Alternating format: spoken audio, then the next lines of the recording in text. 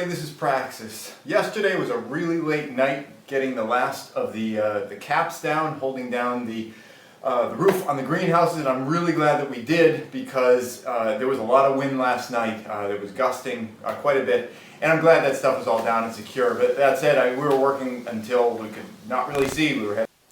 Wow, yeah, okay, so there was a problem with that video take, and I'm going to be honest, a lot of times in this series, the videos are, they're not, I'll share tips and techniques, how to do something, now and then, but most of the videos in this series, the information being conveyed is kind of giving you a sense of pacing, like how long things take. Me saying like, this is where things are, this is what we got left to do.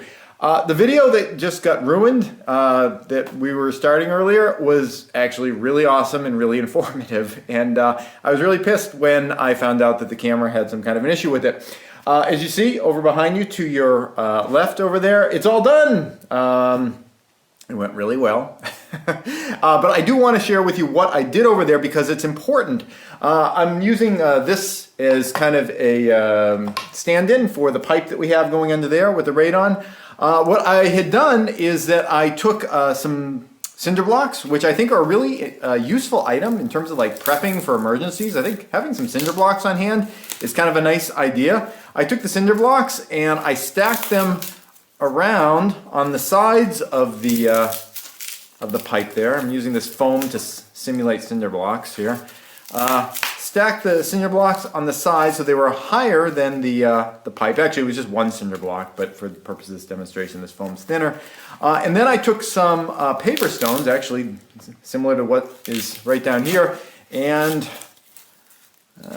kind of went right across like that. And I made like a tunnel for the tube, and the reason for that was really important. Is that's a high traffic area, and I didn't want all the compaction of the gravel to be putting weight directly on the pipe, because I didn't want the pipe to get pushed down, because then it might crack its seal with the foundation.